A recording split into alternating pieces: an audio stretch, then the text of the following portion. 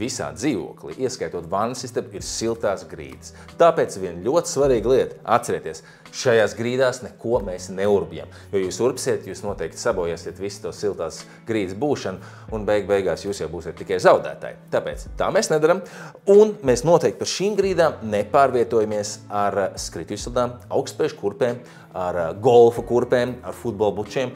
Saudzējam to grīdu. Un vēl kas. Zem krēsliem, galdiem, divāniem un citām lietiņiem, kas tādas smagākas, mēs līmējam tautā sauktos mīkstumiņus lipeklīšus apakšā. Tas noteikti paildzinās parketa mūža ilgumu.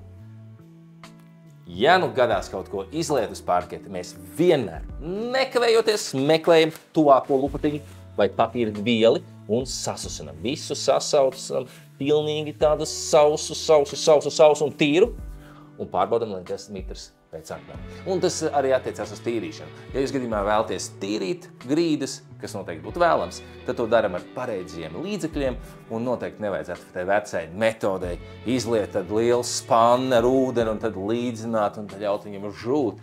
Tas tikai noteikti sabojās jūsu parketa blaunās grīdas.